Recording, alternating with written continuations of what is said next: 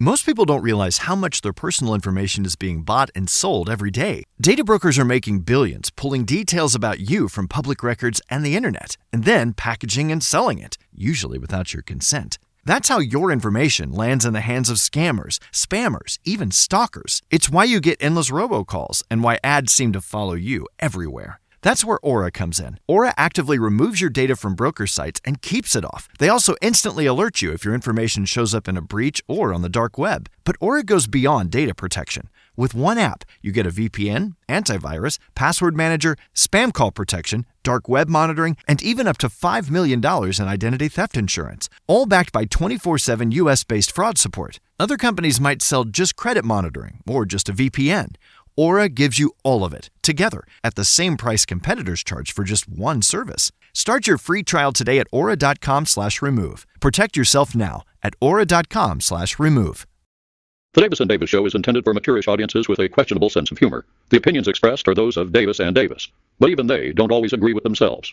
Side effects may include uncontrollable laughter, eye-rolling, and sudden urges to fact-check. Listener discretion is advised, especially if you're easily offended, related to either Davis or operating heavy machinery. Proceed with caution, or better yet, snacks.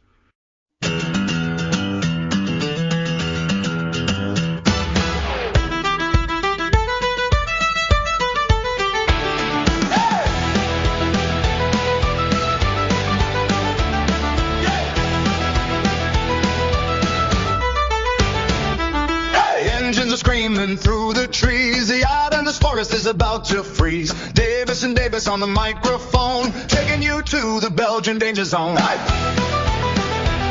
2026 is finally here. New power units and a different gear. Active arrow on the long straight line. Scott's got the data looking mighty fine. 6 feet to 7, it doesn't matter. We're cutting through the paddock chatter. And the UK pushing 350 kW while the FI tries not to trouble you. Flat out crew, oh rouge, a wall of sound, a red deluge. Down the camo we go. It's the Davis & Davis Show. Flat out crew, oh rouge, a wall of sound, a red deluge. Hi, Burke's on the play-by-play call. Watch the ladies of the wall. First step was diving deep into the chicane while Hamilton's searching for the racing lane. Radiant, they climb in the sky, left and right where the brave men fly. The tired egg is higher than we fought. This is the battle that the fans all bought. Flat out crew, oh rouge, a wall of sound, a red deluge. Down the camo we go. It's the Davis & Davis Show. Flat out crew, oh rouge, a wall of sound, a red deluge. Check the wing angle, check the flow. Spa-Francorchamps is ready to go. Davis & Davis, the ultimate review. F1 2026 coming straight to you. Hey!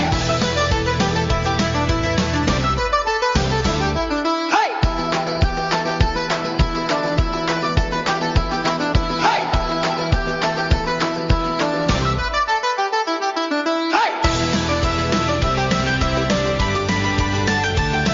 Hey!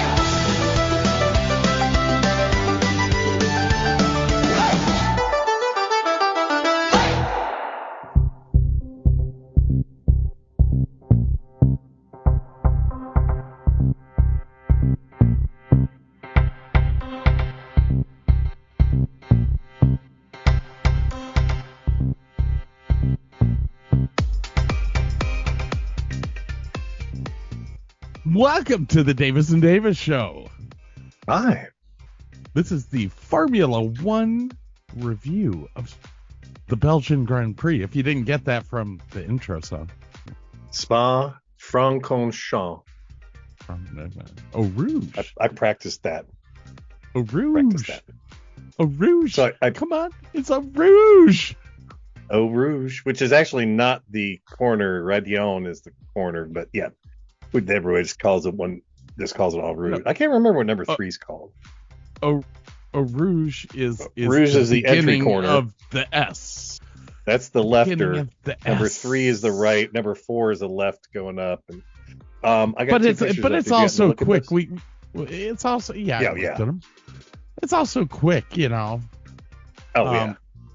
Languages of Belgium. I know this from Poirot. Okay. I'm looking at the track.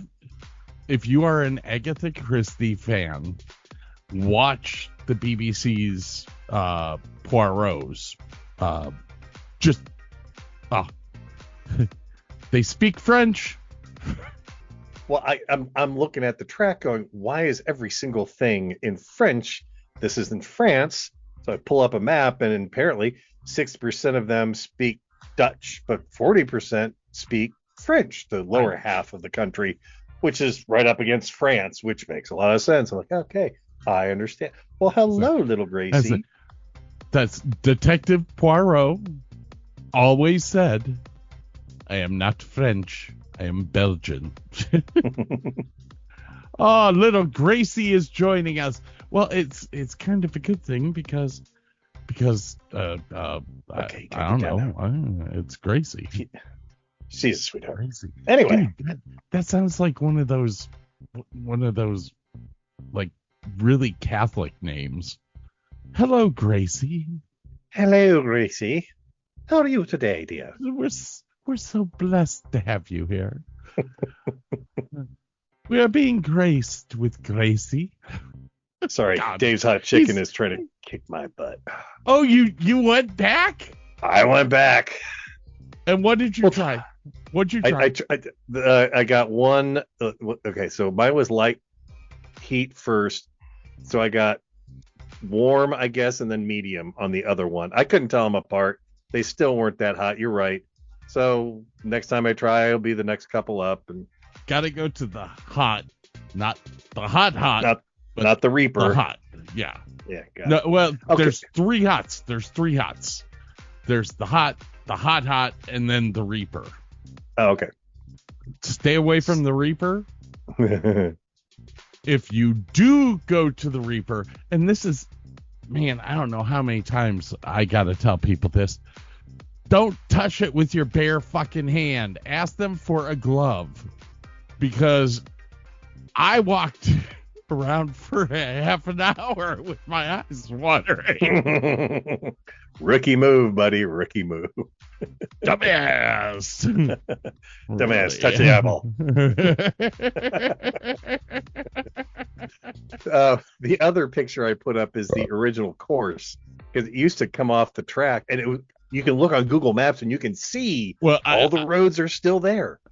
I was gonna try to pull a piece off of Google Maps, but they only went back to like 2003, and that's long after they changed the Were you on Google? Well, yeah, they didn't have satellites. I was on Google recently. Earth. Yeah. But anyway, so yeah, it was a 9-mile course originally. Went through 2 of the towns, which 2 of the corners are named after the 2 towns it went through, and blah blah blah. So Eau Rouge means red water because there's a tiny creek with a lot of iron, and it's very red going through there, so that's why it's called Eau Rouge. They all mean something. Bus stop. There was literally a bus stop there at one point in time.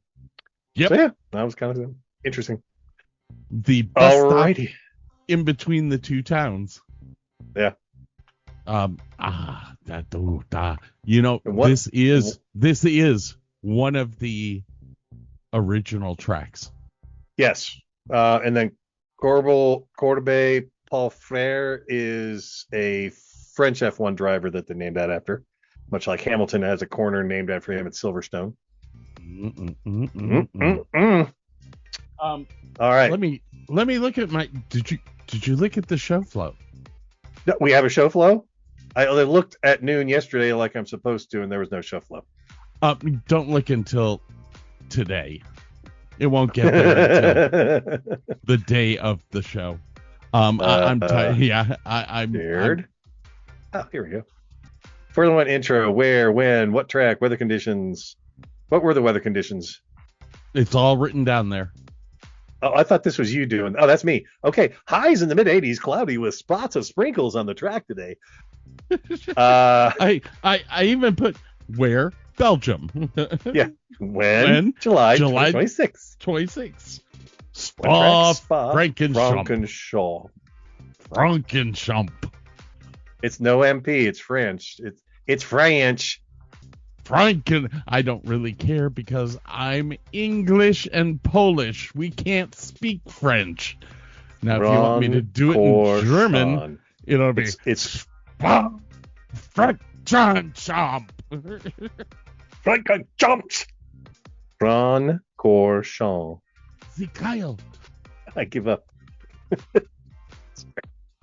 Oh, Lord have mercy. All right, get rid of you. Get rid of you. Get rid of you. There you are. Okie dokie. Show flow. Pre-race weekend news. Any penalties from the last? Hey, Scott, were there any penalties from the last race? Why, yes. Actually, Do tell. it wasn't from the last race, but it did happen after the last race. Lando Norris took his 4th power unit, which is going to create a 10 spot grid penalty. Now, this penalty was given to him before qualifying, but does not take place until after qualifying. So there you go. But that was the only penalty that happened in between races. Well, who started in the pit? Was it Lindblad? No, what you're thinking of is Alonso and... Hang on, let me bring up the starting grid. I can tell you the 2 people that were who are beyond 4 PUs, so you don't even get a notice that you just know that they're going to the rear. Hey, we're going to race. Okay, we're going to the rear. So it would be Fernando Alonso and Isaac Hadger took power units. Yep. Yeah. Car 14, 20 place grid penalty, additional power unit. Car 6, 30 place grid penalty, additional power unit.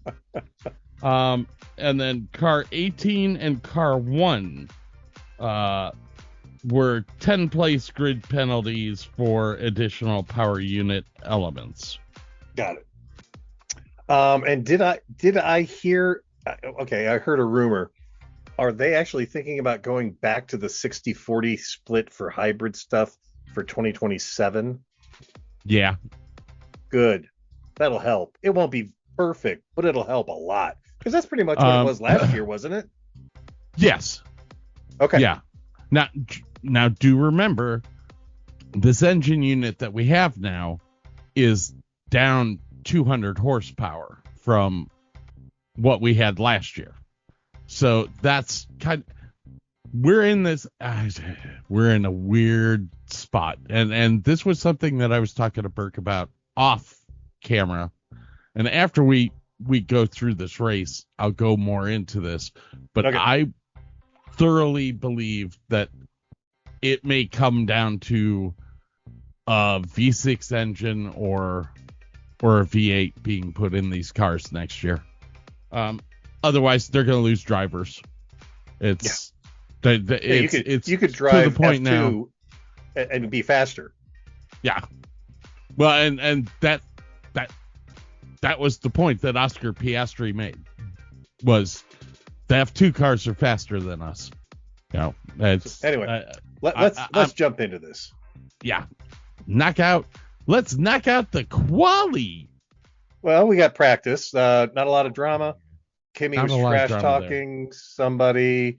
Someone went in the gravel, and Hadjar needed a seat adjustment. That's practice 1. Practice 2, Gasly goes off and crashes after turn 13. Lando almost goes off in turn 9. Hadjar has the wrong visor on his helmet, and Verstappen briefly went into the gravel. That had to halt the practice to clean it up. Antonelli got the fastest time of the group at 1:45.9. Norris is right behind him, Verstappen, Hamilton, and then Hadjar.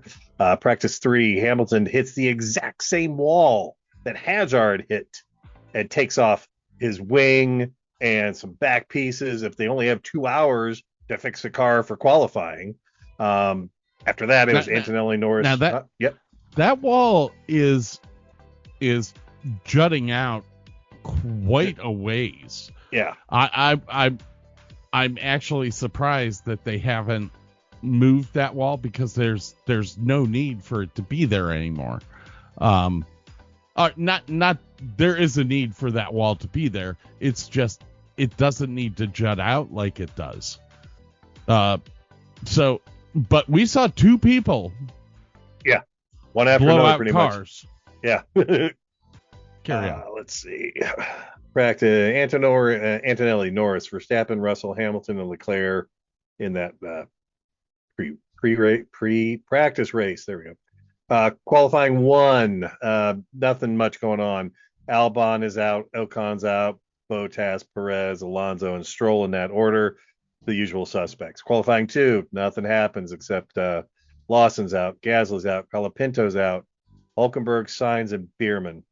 Hulkenberg came to a stop at the no-name corner with a hydraulic leak, and they didn't want the gearbox to suffer, so they had him shut it all down. They had to wait to get him off the track. Well, I mean, it's kind of like a transmission in a car. If you lose all the you oil run out of fluid, it quit running in a little while and never come back ever. And never come back. Melt. Qualifying 3, Hajar gave Verstappen a tow. Piastri went into the gravel. There was a red flag with 6 minutes left. The pit was closed for cleanup. Norris came in first. Antonelli, Leclerc, Verstappen, Hamilton, Russell, Piastri, Lindblad, Bortoleto, Hajar. I think that's how they went into the pit. So Fernando. Are you talking about qualifying already, or? Yeah, this is the last qualifying. Fernando, Antonelli that's was right. First. I think I was talking about when they went into the pit. Oh, I don't know what I'm on drugs apparently. yeah. They go back on the track. 3 minutes left. Verstappen's in first for a moment, and then Antonelli with seconds to go takes first place. So Antonelli's got pole. Verstappen's second. Norris is third. Russell, Leclerc, Hamilton, Piastri, Lindblad, Bortoleto, and Hajar. It was always exciting. No, wait. Why is my I have a brand new, really expensive video card. Why do I have lines in my video? I don't know, but it's on your whoa, you are flashing. I'm gonna be pissed. Maybe it's my camera. It might be. I mean, I unplugged everything. Maybe I'll plug it into a different socket when we take a break. All right. Anyway, it's getting bad. Jesus Christ. My game runs great. Holy crap, you're going away. Bye-bye. Bye-bye. You're gone. What the heck? I can still hear you. Oh, my God. Hey. Wow. Since we're at the end of qualifying, what we'll do is we'll take our break right now so that we can get our commercials in, and we'll come right back. Okay, we'll see you in a minute.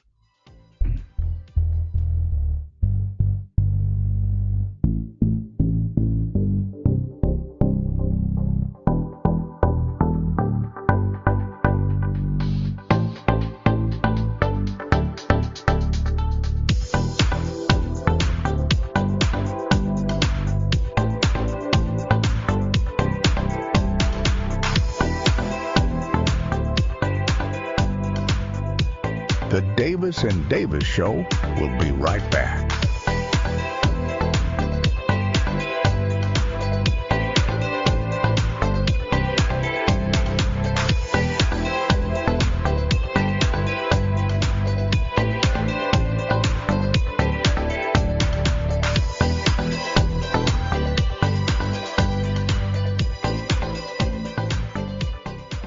Most people don't realize how much their personal information is being bought and sold every day. Data brokers are making billions, pulling details about you from public records and the internet, and then packaging and selling it, usually without your consent. That's how your information lands in the hands of scammers, spammers, even stalkers. It's why you get endless robocalls and why ads seem to follow you everywhere. That's where Aura comes in. Aura actively removes your data from broker sites and keeps it off. They also instantly alert you if your information shows up in a breach or on the dark web. But Aura goes beyond data protection. With one app, you get a VPN, antivirus, password manager, spam call protection, dark web monitoring, and even up to $5 million in identity theft insurance. All backed by 24/7 US-based fraud support. Other companies might sell just credit monitoring or just a VPN. Aura gives you all of it, together, at the same price competitors charge for just one service. Start your free trial today at aura.com/remove. Protect yourself now at aura.com/remove.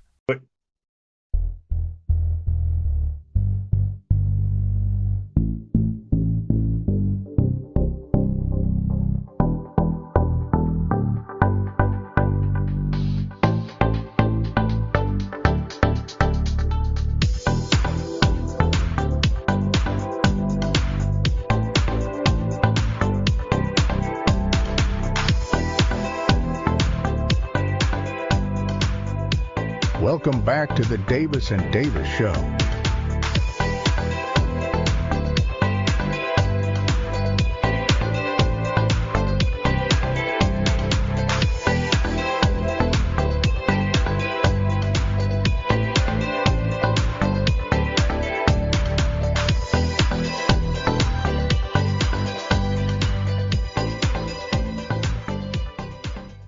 Well, we're back. Can't have a Davis and Davis show without technical difficulties. Get out. No. I love the AI Zoom, stuff that the Zoom notes that we get, because every time it says technical difficulties, but this time it doesn't say technical difficulties on Scott's side. We'll talk about my technical difficulties in the next show here. So anyway, got through that. So what was the actual lineup for the grid?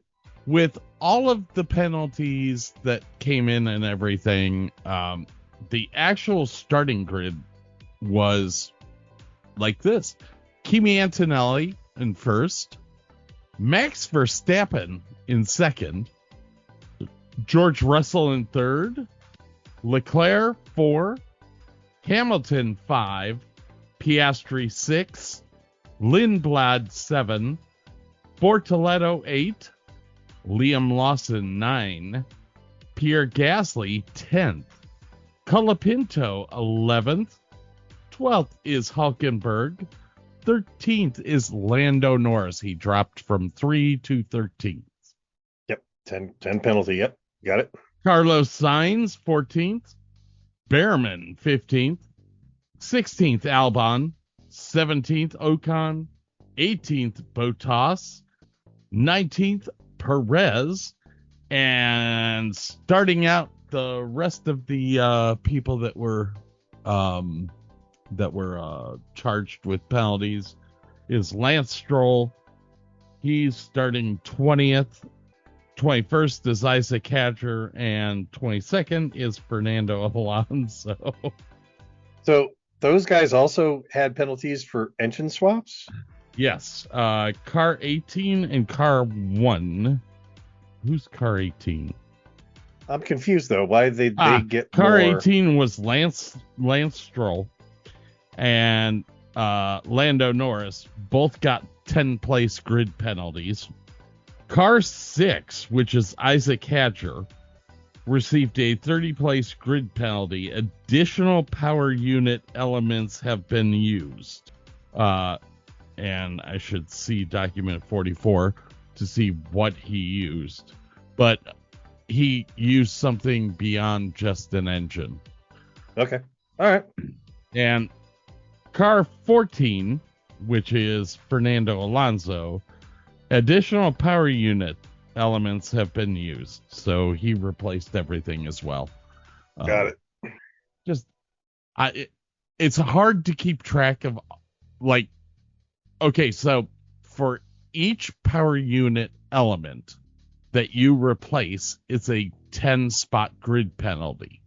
So engine, battery control, engine control, that you could get up to 40 grid spot penalties just in the drivetrain alone. Got it. Okay, that makes more sense then. Okay. We had 2 that only replaced 1 part, we had 1 replace 2 parts, and we had 1 replace 3. Did it help? Well, for one of them. Well, no, One of for them. 2 of them. So it is race day. It's actually cool. It's 63 degrees out there, and the track temp is only 84, which is good for the turbos, but a little not so good for grippy tires and whatnot. So, This was perfect temperature for a race for these cars, and the tires that they brought. I was very happy with the weather. Oh. I was a little bit scared because they said that it might rain. yeah. Which And apparently, then- because that course is so big, it could rain on one corner and be sunny on the last corner. You know, it's like it has different weather patterns. Apparently, It does. It's the weirdest track that you will ever find. I mean, it's huge, and there's elevation difference, and it's in the mountains. So you get weird weather. you know, You get- weird wind coming over the hills in different directions over the track, and There was one year that I can remember where we had to hold off on the race for like 2 hours because there was fog. oh god, And like the weatherman said, it's not actually fog. It's a cloud. same But- difference, but yeah. They couldn't get the helicopter to take off for emergency medical in the conditions. That makes more sense than anything. Yeah. Okay, And especially at a track like this that is so far away from everything, you have to helicopter out. I mean, they have an infield care center, which is It's stocked a and medic. it's well and everything. But if somebody is seriously hurt, you have to fly them out. yeah. There's no way to throw them into an ambulance because your ambulance is going to have to drive 30 miles to get to the next hospital. Right. But, Alrighty, man. You ready? oh, I'm ready. Red lights go out. They take off. Verstappen takes the lead. Russell then goes into the gravel at the top of the hill. Verstappen goes to third place because he was involved in it a little bit. Russell is out. He didn't even make turn 5, and he's out. DNF. I mean, this was a very interesting little tryst that happened between Hamilton and Russell. Honestly, in my mind, this was a racing incident. It was a race incident in Russell's mind. He said so. In an It's- interview, he said, that's just a racing incident. Why did he get a penalty? Yeah, it the more I looked at it, Hamilton had enough space on Yeah, it's not like Hamilton was defending or anything. Russell, He was just no. trying to stay on No, the it was- track. That was it. secondly, it's the first lap of the race. Yeah. Don't throw a penalty until the first lap's done. After the first lap, go after them. Yeah. But Ocon- let the guys put their elbows out and Mix it up a little bit. Have do fun. their thing. Yeah. But Ocon said he had a puncture. I can't remember if he had to go in or not. Let's see. Hadjar takes 2 pits under the safety car. I don't know why. Like he put on one set of tires, didn't like it, put on another set. I forget. Hamilton's under investigation. it was absolutely stupid what they did. They wasted a set of tires They had him come in to get him off of the regulation tire so that he was within regulations. And they knew flat fucking out that the tire that he was on wasn't going to be good for the race. No.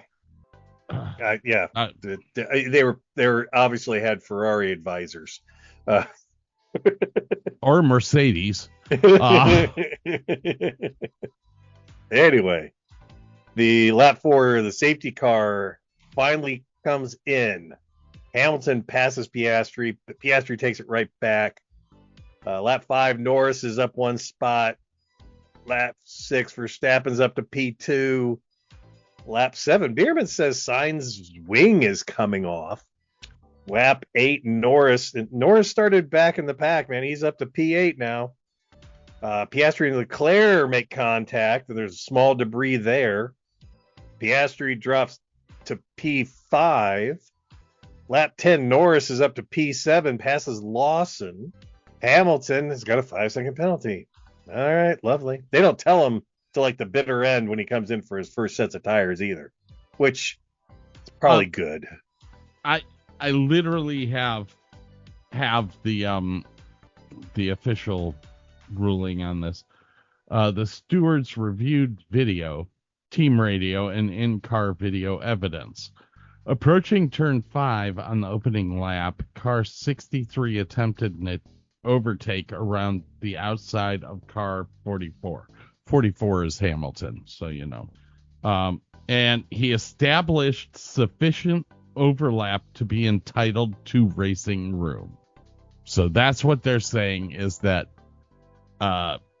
Leclerc or Russell had passed Hamilton enough to deserve room on the track. Yeah. But I thought he had it. I don't get it. But the contact is what sent him off. What pisses me off about this, and I mean, we'll discuss the next one that should have been a penalty because it's the exact same thing. No, this was no, because not like Hamilton was defending or anything. He was just holding a line. Like there was no move. It was just pure racing incident. The other one was absolutely somebody started defending a little bit, made contact, and then there was no penalty. Everyone's like, well, we'll get into that in a second. What I'm saying is there is no way in everything that I saw that Hamilton should have been charged with anything. Now, he lost downforce on the front of his car. It did jog to the left. I don't think that was his fault, but honestly, with where he was on the track in relationship to Russell, no penalty. That should have been why is the FIA out to get Hamilton anyway? Well, here's the thing. He excites all the crowds. Why are you penalizing him all the time? They have different stewards at every track. So, there's always one steward that used to be a driver. I could name off the stewards that were there.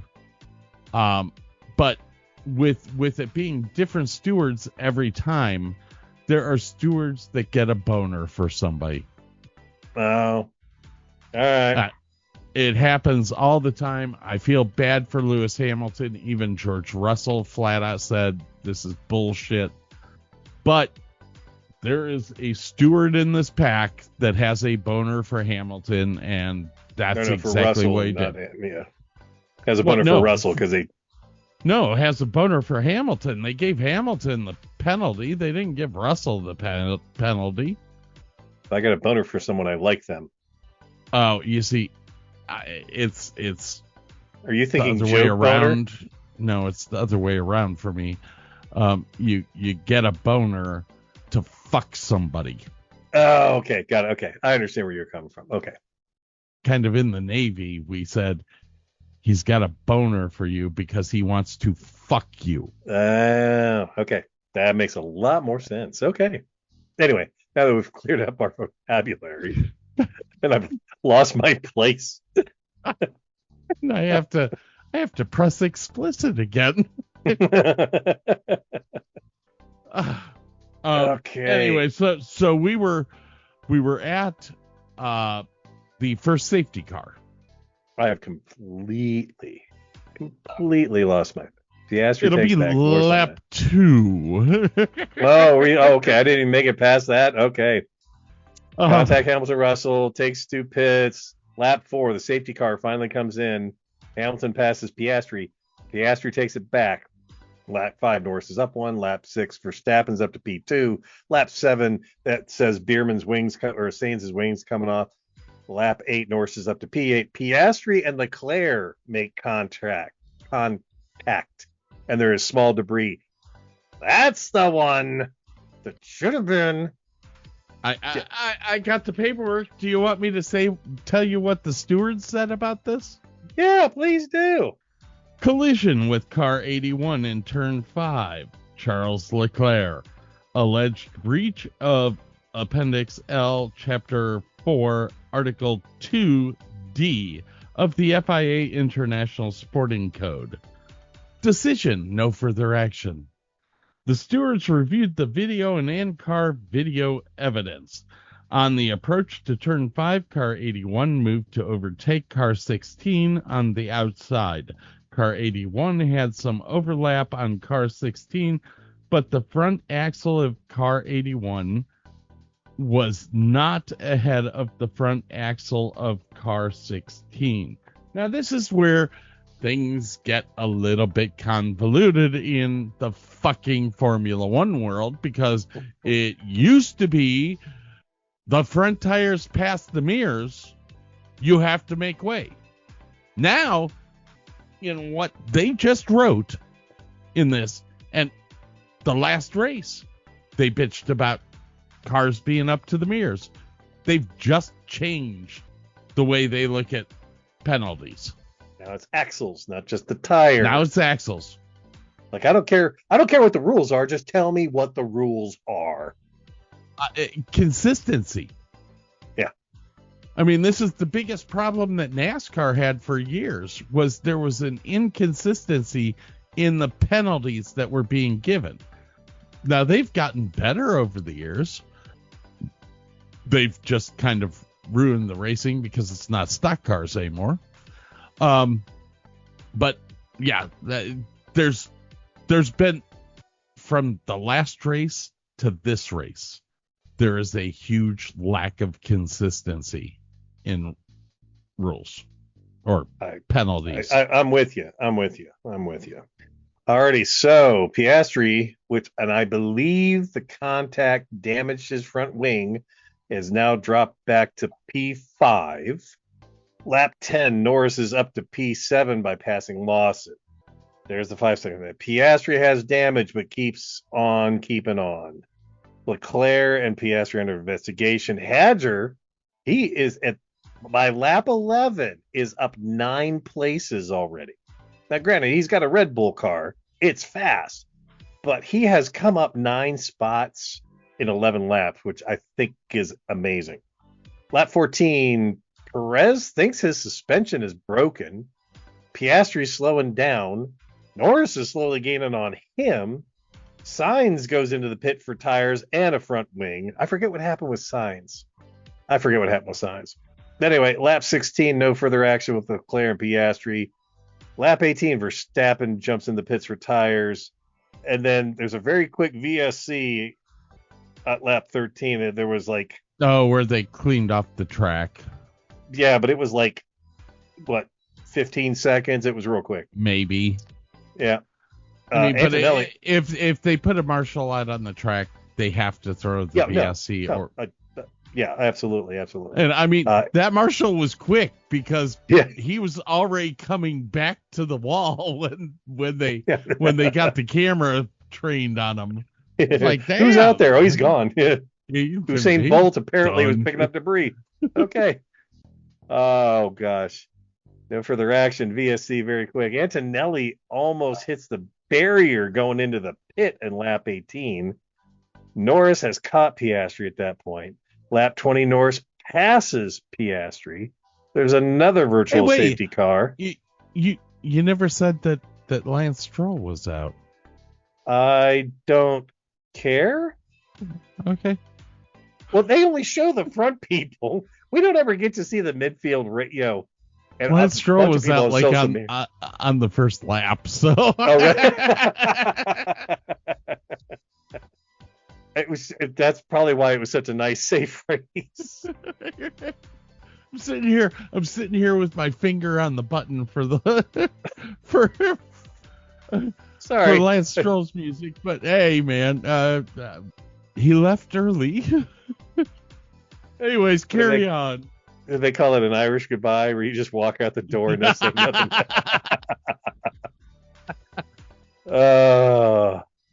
Piastri's back ahead of Norris. Lap 20, both Ferraris hit the pit for tires. Leclerc gets out ahead of Antonelli. Shit, Hamilton runs over a mechanic, but he's okay. Did you rewatch that?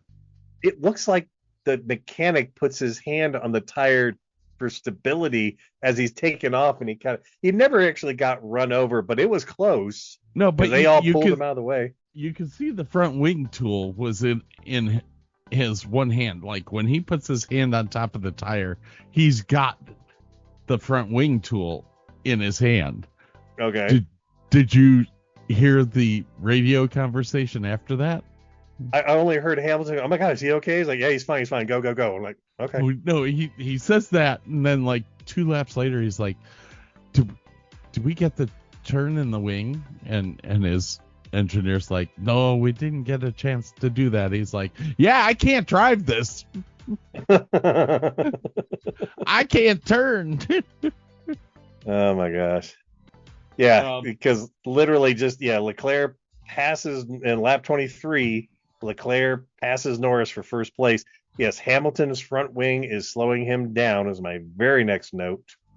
Hamilton is under investigation for unsafe release. And Norris is now on the defense against Antonelli. Lap 26, Antonelli ends up passing Norris. Oh, here we go. It's lap 27, and Stroll boxes for clutch problems. It wasn't the first lap, it was 27. Oh, there you go. He made it halfway through the race. Good for you. Oh, wait.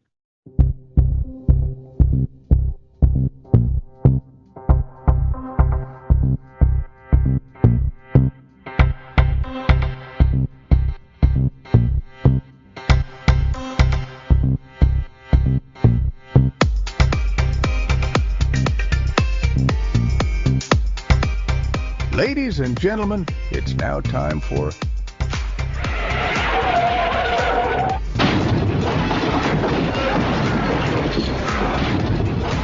Lasting Moments with Lance Stroll. You pompous, stuck-up, snot-nosed, English, giant, twerp, scumbag, fuckface, dickhead, asshole! Geez, do we have to?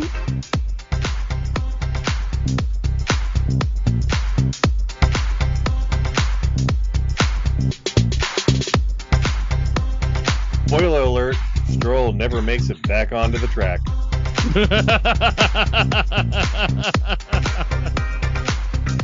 So, Turn that down. I'll save this for penalties. I'm Okay. I'm really kind of pissed off about what they did, but carry on. So we get to lap 29. Verstappen passes Norris to get third place. Apparently, Perez went out at some point during all this, and I don't know when or for what, and I apologize. Let's see. Oh, then there was that great pass. Colapinto, Gasly, and Lawson were 3 wide into a corner, and was it Colapinto that passed all of them? I think it was. We got to watch it in replay. It was like, this is the action we want to see in the race. Well, yeah. When he went to the right and just passed both of them, and I was like, dude, you got some balls, man. Lap 31, Norris's pit. Oh, his pit was a 7.8 second pit. It was horrible. Lap 32, Norris passes Bortoletto. Lap 34, Antonelli takes Leclerc for first place at the first straightaway. Lap 38, Hadjar up 15 places. 15 places, folks. He's in P6. He might be my new favorite rookie, man. I'm digging Hadjar, man. He's hanging in there. Hamilton's catching up to Piastri, who's in P4. Lap 40, Hamilton passes him in that long first straight at the top of the hill. If Piastri stays within 5 seconds and Hamilton gets a penalty, he'll be in good, but Hamilton get into penalty, so no, it didn't matter. So, checker flag, P1, Antonelli. But Hamilton got a penalty. Well, it was a monetary penalty. It wasn't a placement penalty, so that did not affect Piastri's standings in the race. 30 grand. Well, 30,000 euros, excuse me. But still, I mean, I know that's pocket change he probably found in his couch, but 10,000 of it is suspended for 12 months. If Lewis Hamilton fucks up again or it's reinstated, gets a penalty, it will be reinstated. But I don't know how I feel about that one. I can't tell whose fault that was. I mean, they dropped his car, it pulled up the placard, so that's basically saying go now, right? Well, they don't have placards anymore. They have a red and green light that hangs out over the car that the driver looks at. If the light goes green, he goes. Okay. And the light went green. I mean, everything in here says that the light went green. The worker technician should have been faster. This is the problem that you run into with 2-second pit stops. Yeah. You know, it's if you're gonna do 2-second pit stops, you're gonna have to allow more people over the wall, or, you know, in NASCAR we call it over the wall. Right. But yeah, you're gonna if you want to keep 2-second pit stop. Now you see the FIA. I don't know if they want to keep 2-second pit stops. It's up to them. I mean, they bitch about things being safe, yet 1,000, 2 1,000, get the fuck out of the way. Like, I always said that taking refueling out of F1 was the worst decision they ever made, because that added enough time to the pit stop to make a pit stop safe. Now you've got a pit stop that's 2 seconds instead of 5. You know, they were like, oh, things can explode. Okay. How come other race series have non-explosive pit stops with refueling and you can't? Anyways, I didn't mean to go off on a tangent there. No, you're fine. That's what this show's all about, going off on tangents. So P1, Antonelli, second place, Leclerc. He came up 2 places from when he qualified. Verstappen came in third. That put him down 1. Hamilton came in fourth. That put him up 1 place from where he started. Piastri, 5th place. He was up 1. Hadjar came in 6th. That was 15 places up. That was awesome. Norris came in 7th. He was 6 places up from where he started. Bortoletto, Lindblad, Colapinto, Gasly, Lawson, Hulkenberg, Bierman, Albon, Sainz, Ocon, Bottas, and Alonso. I'm sorry, man. I wish you had a better car. I would love to see him drive like he used to. Came in last. DNFs, Stroll, Perez, and Russell. Heartbreaking for Russell, man. All right. So is it my turn now? Where are we in the show flow? Yes, because Scott Davis is in purple, and that's the next bit on the show flow is penalties. So the only penalty that we've already discussed it. We're talking about my boy. Actually, there was, let's see here, competitor. So we had the Lewis Hamilton penalty. Alexander Albon.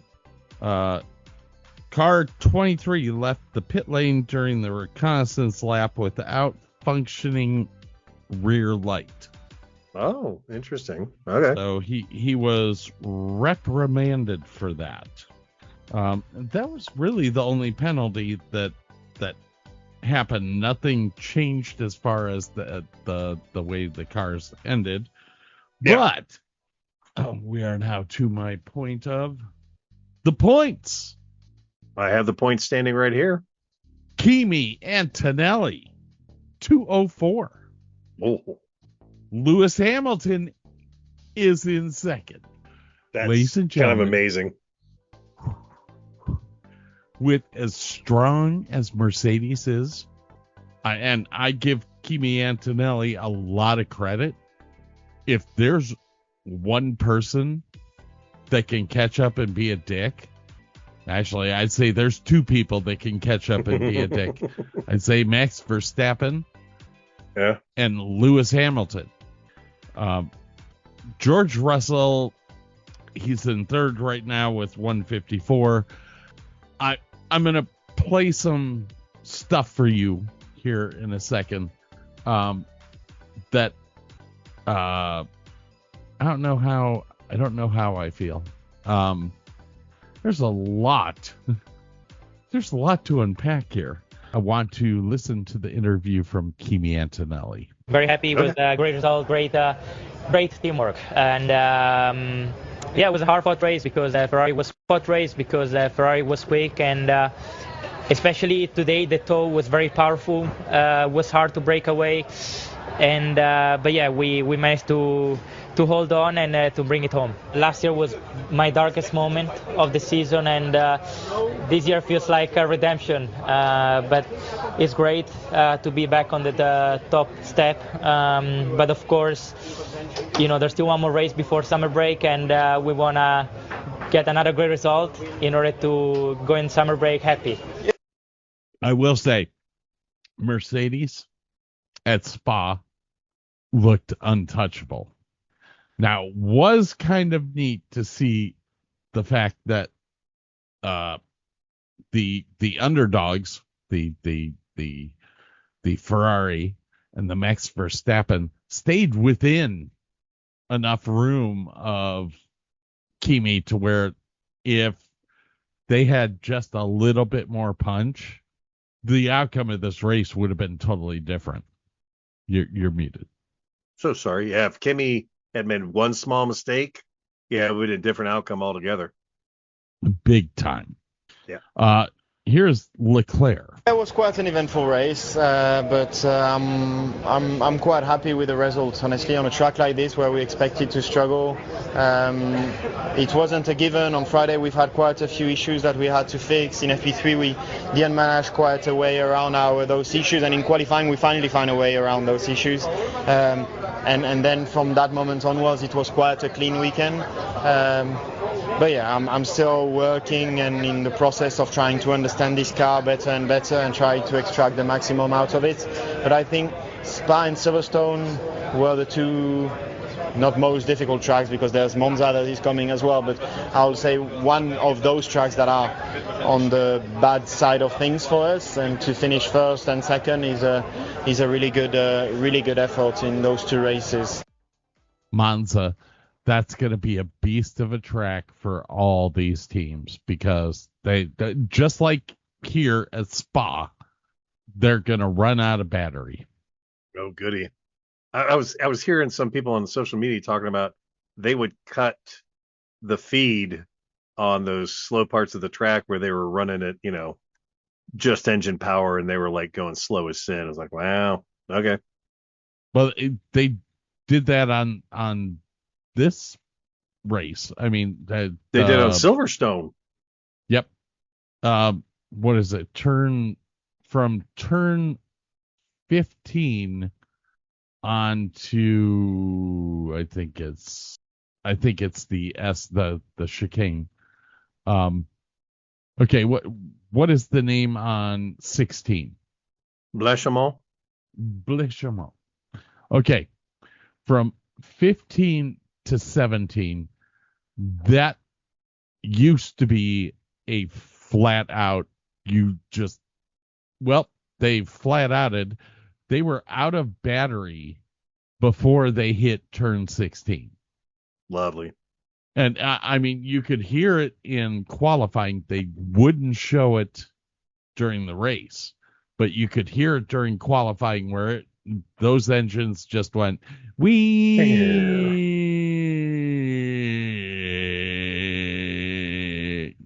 it was like, what are you to do? You can't super clip right there because you got to keep your foot in the gas. It's a straightaway. I mean, it's a curve straightaway, but it's a straight. Yeah. Here's Max. I mean, overall, it's been, I think, a good race. Yeah, a little bit unlucky with the VC compared to Charles, but the rest, just tried to do my race, some little balance limitations. But yeah, for us in the weekend, it was quite straightforward to be P3. I think it's a good result. Now, I'd like to bring up one thing. Sure. Leclerc was 1.9 seconds behind Antonelli. Verstappen was 11.5 seconds behind Antonelli. So huge gap. Yeah, the Red Bulls, they have a chance. They got to pull their heads out of their ass. If they get some decent upgrades, and Hamilton was only 6-ish seconds behind Verstappen. Piastri was 2.5 behind Hamilton. Yeah. And he had damage to his wing. Here's Hamilton. On out there today. If we can take it back to the first lap, the moment with George, he came through the pen earlier and said he doesn't blame you for it. You got the penalty. Can we just get your take on it? Yeah, I mean, ultimately, sorry for George because that's obviously ended his race. But I mean, I do agree that it was racing. It's not like I went aggressive and was misplaced or anything like that. So I think it was just an unfortunate scenario, which happens in racing. And then I had damage as well, so I carried that through the race. It was a tough one. I think my race pace was strong today, and I think without the damage and probably without yesterday, I think we could have been fighting for the win today. Yep. Oscar. Was certainly not a straightforward race. I felt like our pace was really good, especially at the beginning of the stint. It looked strong. Obviously after the damage with Leclerc, that made things definitely more difficult, and I struggled a lot for the rest of that stint. We were able to compensate a little bit for the second stint, and it looked a bit better again, but our race definitely was a little bit more difficult than it needed to be from that point on. Now, going back to Lewis Hamilton's little wreck, here's George Russell. What can you tell us about the incident with Lewis there and the build-up to it? Well, it all started from the build-up. I came out of turn one. For whatever reason, I was 30 to 40% down on my battery, and I just got totally swamped up by 3 cars. Incident with Lewis, I've not really seen it. I thought probably a racing incident, but I'm not going to blame Lewis. If things were normal, I wouldn't have been even battling with Lewis. I'd have been battling with Kimi and Max ahead. Touched on the frustrations yesterday that you're feeling. I mean, where do you go from here, George?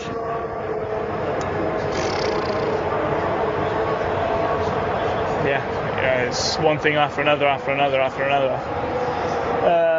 Not good enough on all regards. So try and reset again.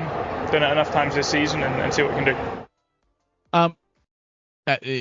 I think the point that you have to listen to in that interview is if things were back to normal. Yeah. These cars are not normal. And God, I love you for wanting to be green and fix the universe and all that shit. We're not racing anymore. It's interesting to watch from a technical standpoint sometimes, like who plays the video game better. It's not who's the better racer. It's like who can press the buttons better. It's like and that's not what racing's supposed to be about. The George Russell thing, there was a take. I mean, we heard his audio from his car after the race or after he got knocked out. I'm going to play this whole audio clip. I know it's hard to hear and all that. I'm sorry, but I think these gentlemen, it's two guys from India that they make a hell of a point, and I'll reiterate it at the end, but here it is. Toto's biggest enemy used to be Christian Horner, but now he's after his very own driver. After his crash with Lewis at the Belgian Grand Prix, George told media it was a racing incident and not Hamilton's fault. George said at turn 1 he had no power and he went to the top of a Rouge with 0% battery and was slower than a Formula 2 car. What's even crazier is that during the race they muted his radio where he said, "Oh, what the fuck happened with the sock down the straight? And no fucking battery down the straight. Guys, unacceptable. Unfucking acceptable. This whole weekend." Now this is where it gets ugly because Toto's reply to this was that half of it was power unit fault and half of it was George Russell's driving fault. Really, Toto? Driver's fault? Because we have seen the same with Oscar Piastri's McLaren, which is using a Mercedes power unit, and their team principal Andrea Stella has already said that there is unpredictability of energy deployment and they are not able to correctly understand the algorithm and it is randomly deploying energy, and all of that is making it difficult to understand the root cause of the issue. So the bigger question here is Toto doing job of a team principal by being critical of his drivers, or he's just trying to push down our already low on confidence George Russell so that it makes the way of Kimi Antonelli World Championship even more cleaner.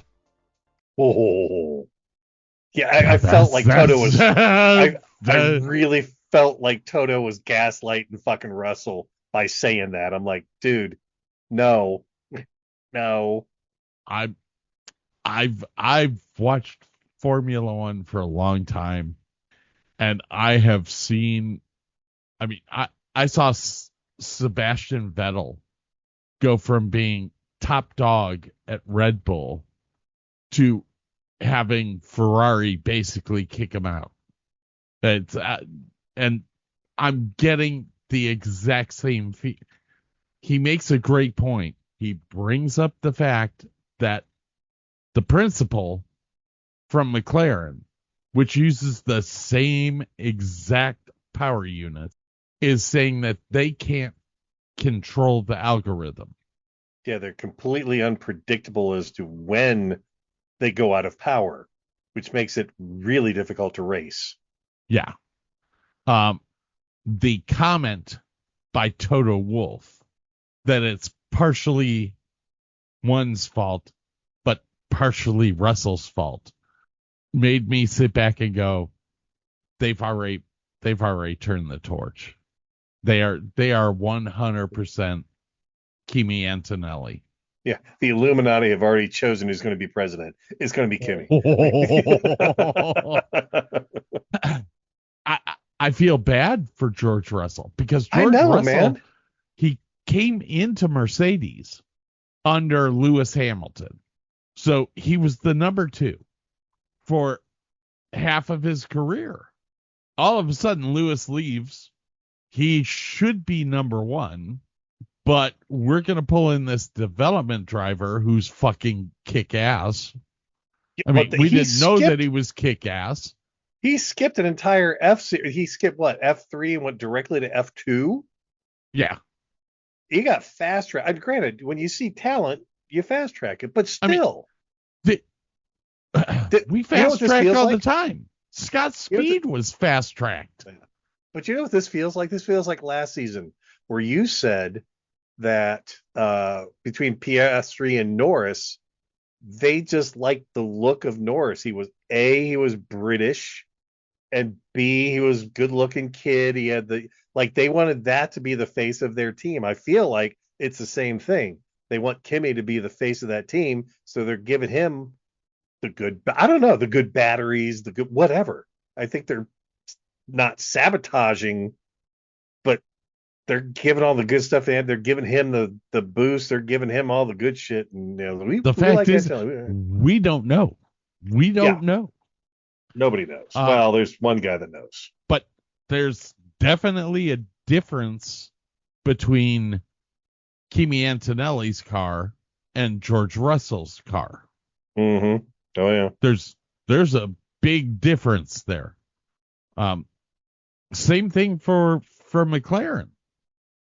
Oscar Piastri is one of the best drivers I've ever seen. Lando I was rooting for him last year, man. Lando Norris's car is always better. I mean, Piastri is winning races, or was last year. Oh, yeah. With a car that was inferior to Lando Norris's. Now, the cool thing Why is that? They're not that far apart in the points. They're like neck and neck in the point, which is awesome. No, is this Oscar Piastri's last year at McLaren? It's tough, man. There could be a lot of shakeups. I don't know. Like, is Verstappen going to go somewhere else? I could see Hadjar going to, like, if Piastri quit, I would say pick up Hadjar. He's a really good racer. I think he'd be a great number 2. Well, I mean, if you look at the track that we have right now, or the group of drivers that we have right now, and we did this little talk last year at the end of the season, but we said Antonelli, he's a racer. Yep. Hadjar, he's a racer. Yep. Bortoleto, I have nothing bad to say about Bortoleto. He's in a freaking Audi and he's rocking. Liam Lawson, I think with a good car would be a great driver too. We threw him into a Red Bull last year, and he sucked. I don't know about Liam Lawson. Yeah, but now he's in Racing Bulls and he's beating Lindblad, and he's in 10th place. I mean, he's doing good. I like Franco Colapinto a little bit more than Liam Lawson. I mean, but you know, look at this past race. You've got past really good winners like Sainz. If you put him in a good car, he would do great. God forbid you put Alonso in a good car. We know he can do great things. Sainz got demoted. I mean, he was Ferrari. He got kicked out. See you later. He's on the downward cycle. Alonso sticks around because of the fact that he's a champion. He's a past champion. You're not going to get rid of him until he fucking says, I'm done. Colapinto, I love this kid. He needs to get into a real car. Yeah. All right, so next year we're looking at probably one more team coming in. I'm not sure if that's going to happen or not. It may be that a team gets bought out, but this Chinese consortium is really pushing to get into F1. What team do you think they'd buy? Like Haas or Williams? Not Haas, not Williams. I think it would Audi? be no, not Audi. They're not going to buy Cadillac. I think it would be Alpine. Oh, that's saying a lot. They're doing okay. I think it would be Alpine. They're Adelassen, Williams. I actually give them a lot of credit. They used to be the Lance Strolls, the Aston Martins of F1, like last every race. They're starting to build back up.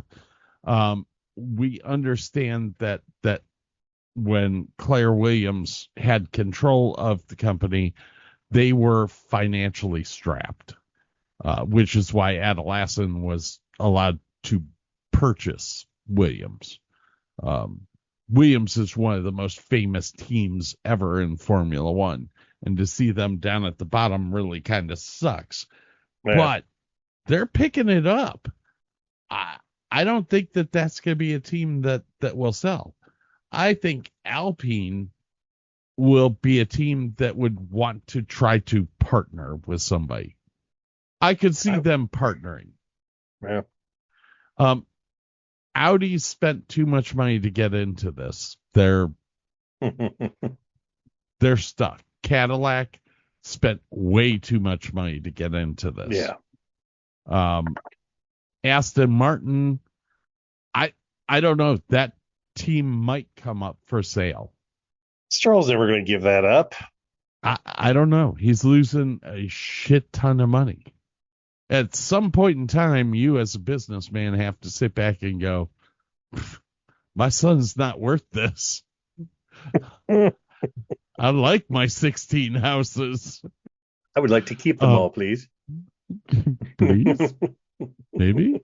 Just a little? All right, man. What's our next race?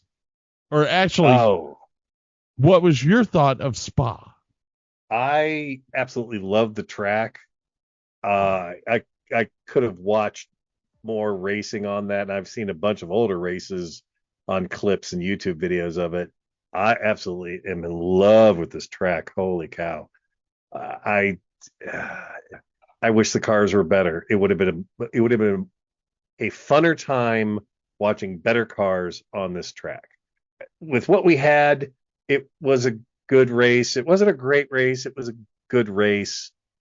It was good. It was fine. This is fine. I'm about the same. This is my ultimate favorite track in F1. This outdoes Silverstone. This outdoes Coda here in America. This reminds me of the Canadian track a little bit. Yeah. It's just a beautiful track, and there's elevation, and you're challenging the driver. Quit challenging the driver with a fucking computer that won't tell him what it's going to do. I love this track. Next race coming up is Hungary. And then we go into the summer break. I'm like, oh no, not another break. I don't want to do another break. Hungary is the long straight line, a curve in, it goes wobbly, a curve in, and then a long straight line. This is a very interesting track. Yeah, you got two really not sharp but tight and they're at carousels. They're at the end of the front stretch. It's an interesting track. When is that? Is that they're this weekend, man. This weekend. That's this weekend. Well, fabulous. 2 days till practice, man. And here we go again. I'll be up all night editing this show. All right. Anything else, man? No, that's it. Oh shit. I didn't play the 2012 Eau Rouge video.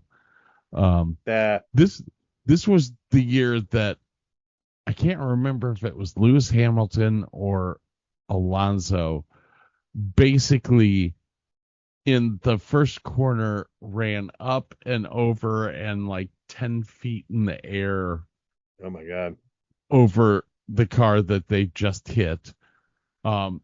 Lands in the gravel, and this video is a video of from Eau Rouge. So you don't get to see the wreck, but you hear the entire audience go, oh.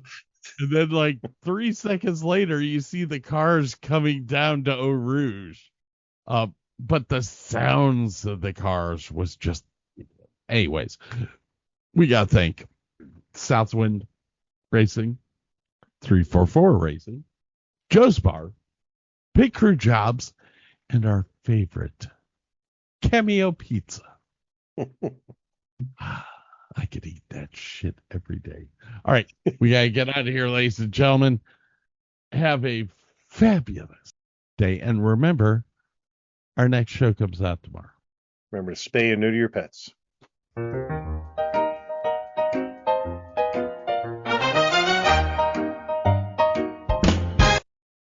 We are here today to interview some F1 fans. Excuse me, sir. How do you feel about Lewis Hamilton dating Kim Kardashian? No, God! No, God, please, no! No! No! No! Well, there you have it. Another fan in favor of this beautiful union.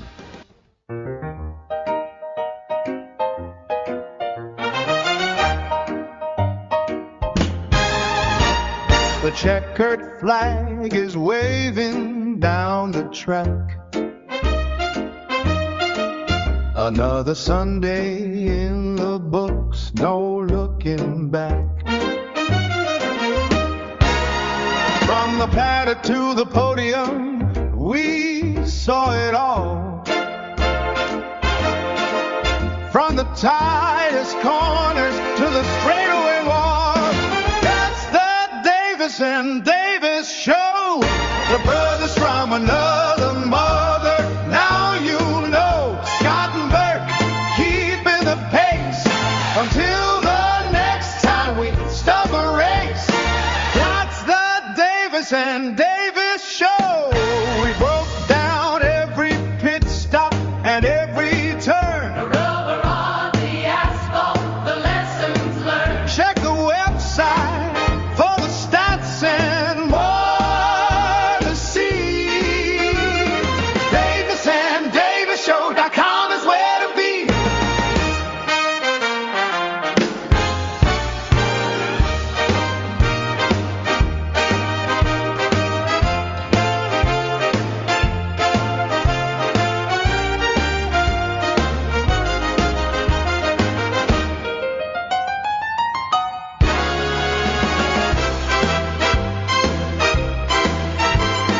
That's the Davis and Davis show.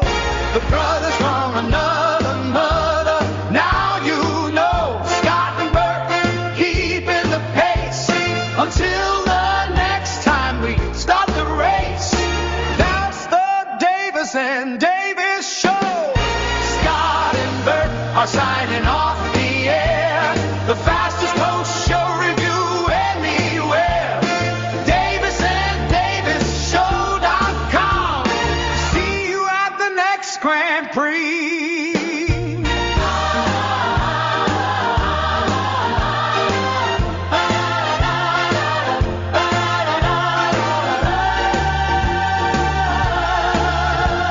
See you at the next Grand Prix.